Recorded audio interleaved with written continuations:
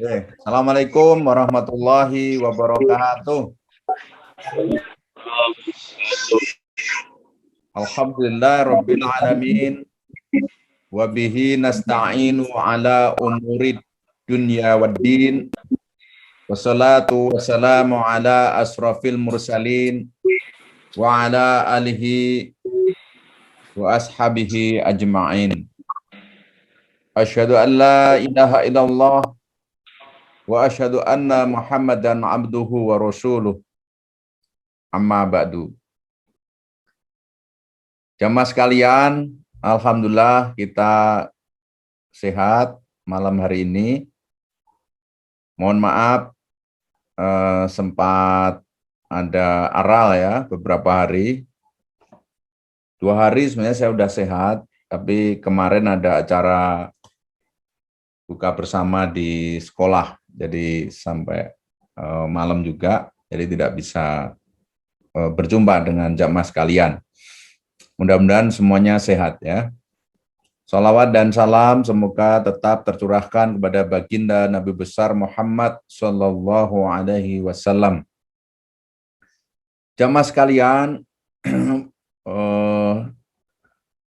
Ramadan telah lewat, yang biasanya kita peringati ya dengan nuzulul Quran. Itu peristiwa turunnya Al-Quran.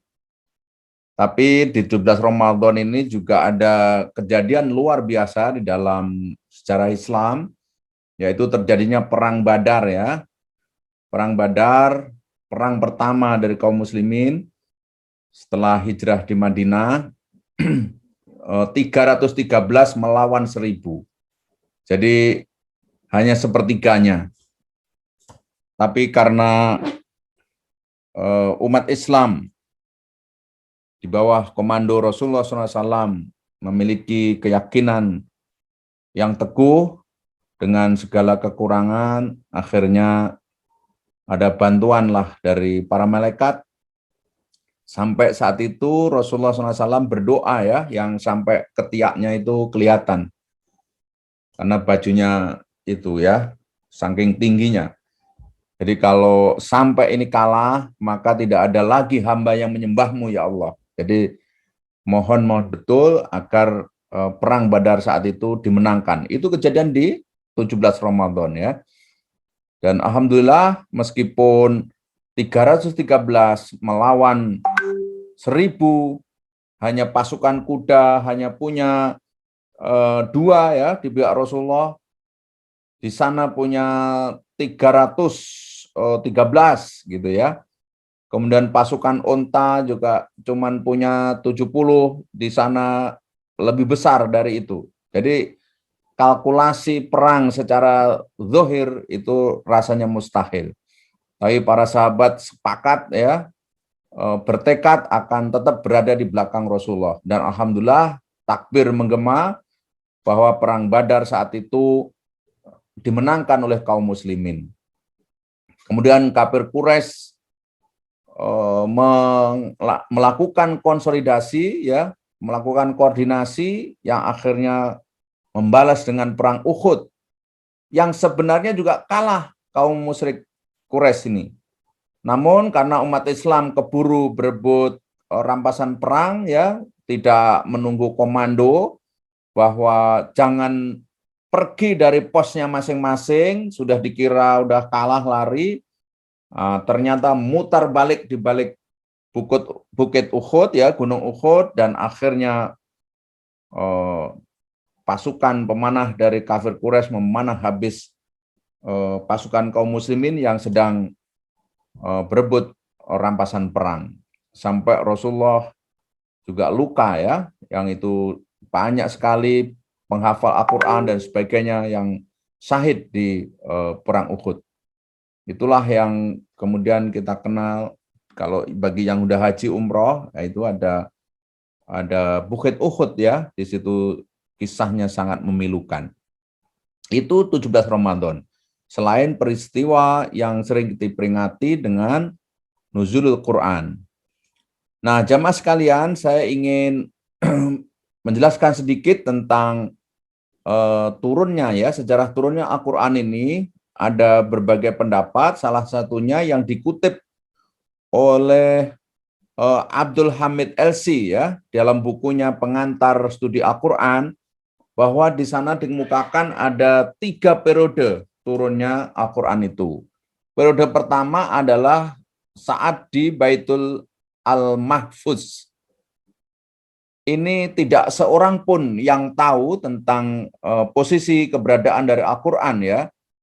Apakah berada di Lauhil Mahfuz yang dibawa oleh malaikat Jibril ataukah tidak.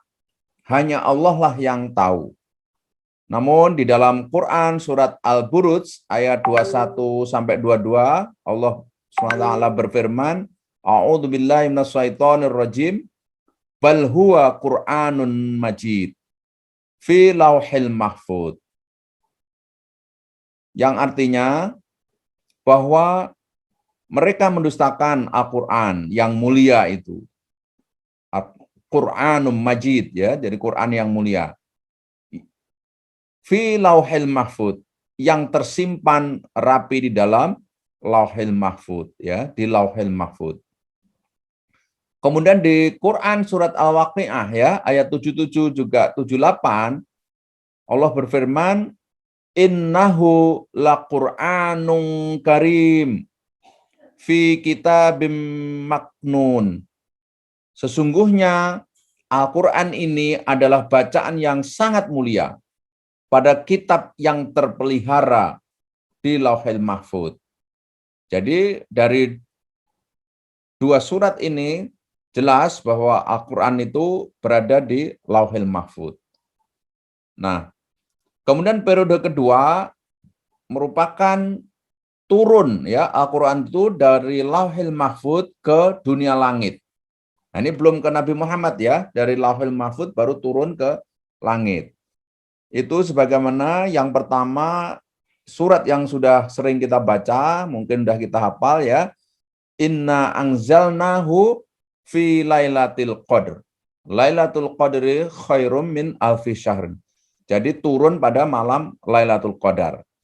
Itu artinya turun ke langit dunia ya. Inna anzalnahu fi lailatim mubarakah. Sesungguhnya kami menurunkan pada malam yang diberkahi ya. Inna kunna mundzirin, dan sesungguhnya kamilah yang memberi peringatan. Ini di dalam surat Ad-Dukhan ayat 3. Jadi memang Al-Quran diturunkan fi lailatim mubarak. Jadi pada malam yang penuh berkah, yaitu Lailatul Qadar itu, diturunkan Al-Quran dari Lauhil Mahfuz ke langit dunia, gitu kan. Dan yang paling masyhur, saya kira juga sudah kita hafal, Syahrul Ramadan alladzi unzila fihil Quran. Di bulan Ramadan itu diturunkan di dalamnya Al-Quran. Hudal linnasi wa bayyinatin minal huda wal furqan. Sebagai petunjuk ya bagi manusia dan penjelasan mengenai petunjuk itu serta pembeda antara yang hak dan batil. Ini di Quran surat 185. Jamaah sekalian, memang ada beberapa pendapat bahwa Al-Quran turun itu pada bulan Ramadan, itu sudah sepakat, tapi apakah pada malam 17 ataukah malam ke-24? Jadi mungkin ada pendapat-pendapat yang lain.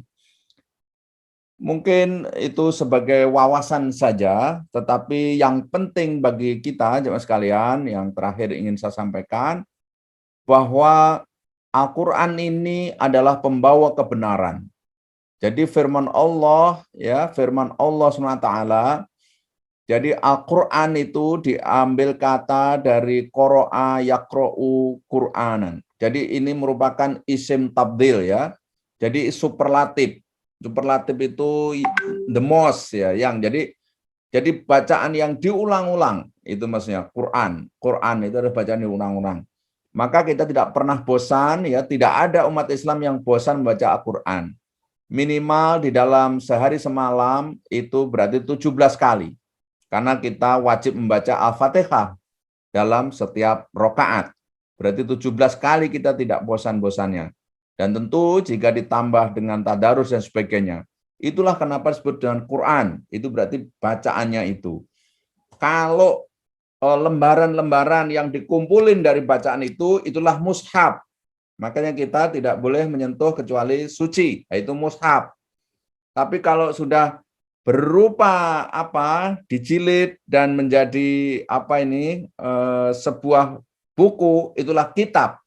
Maka di dalam surat Al-Baqarah itu dzalikal kitabul la raiba fih hudal lil muttaqin.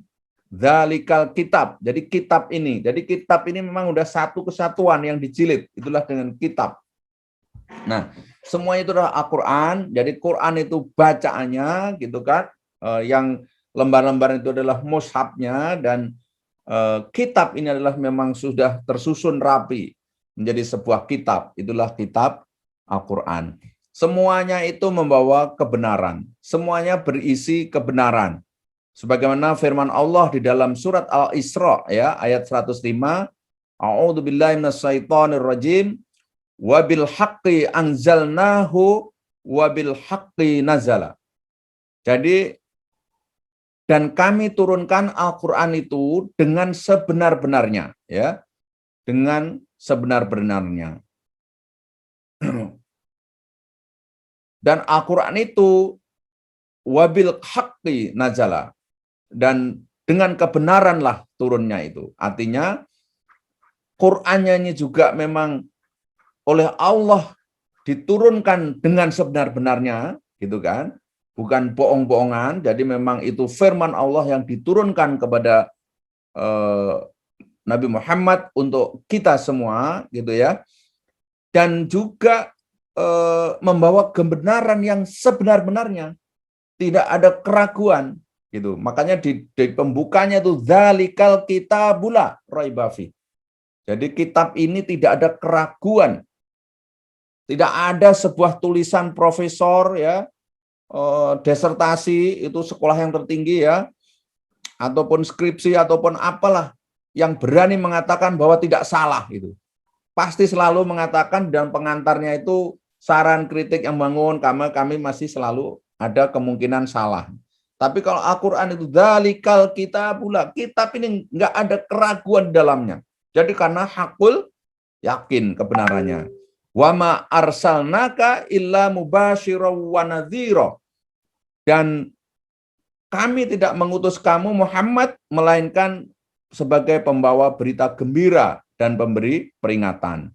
Berita gembira bagi yang mematuhi karena akan mendapat pahala ampunan yang kemudian bermuara ya, ujungnya adalah jannah, surga yang nikmatnya luar biasa, yang luasnya seluas langit dan bumi ya. Dan kemarin kita udah hitung bahwa 1 hari di sana sama 1000 tahun di sini ya, gitu. Nah, jamaah sekalian,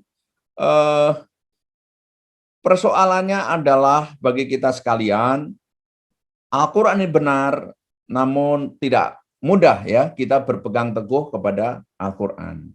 Saat ini jamaah sekalian, kaum muslimin yang berpegang teguh sungguh-sungguh dengan Al-Quran dicap berbagai macam ya. Dicap soalim itu yang paling mudah kalau di kampung-kampung. Kalau di kota-kota, waduh, radikal, intoleran, dan seterusnya. Ya. Jadi yang berpenampilan sok Islami sekarang ini dianggapnya sok, gitu kan. Pakai yang sunnah, wah itu dianggapnya radikal, membahayakan, dan seterusnya. Jadi ini memang zaman sudah fitnah yang luar biasa, jamaah sekalian. Mudah-mudahan kita berlindung darinya, dan Allah selalu membimbing dan memberi hidayah, taufik, dan inayah kepada kita sekalian, agar kita selalu berpegang teguh kepada Al-Quran. Saya kira demikian, jamaah sekalian, mudah-mudahan bermanfaat. Taufik wal hidayah. Wassalamualaikum warahmatullahi wabarakatuh.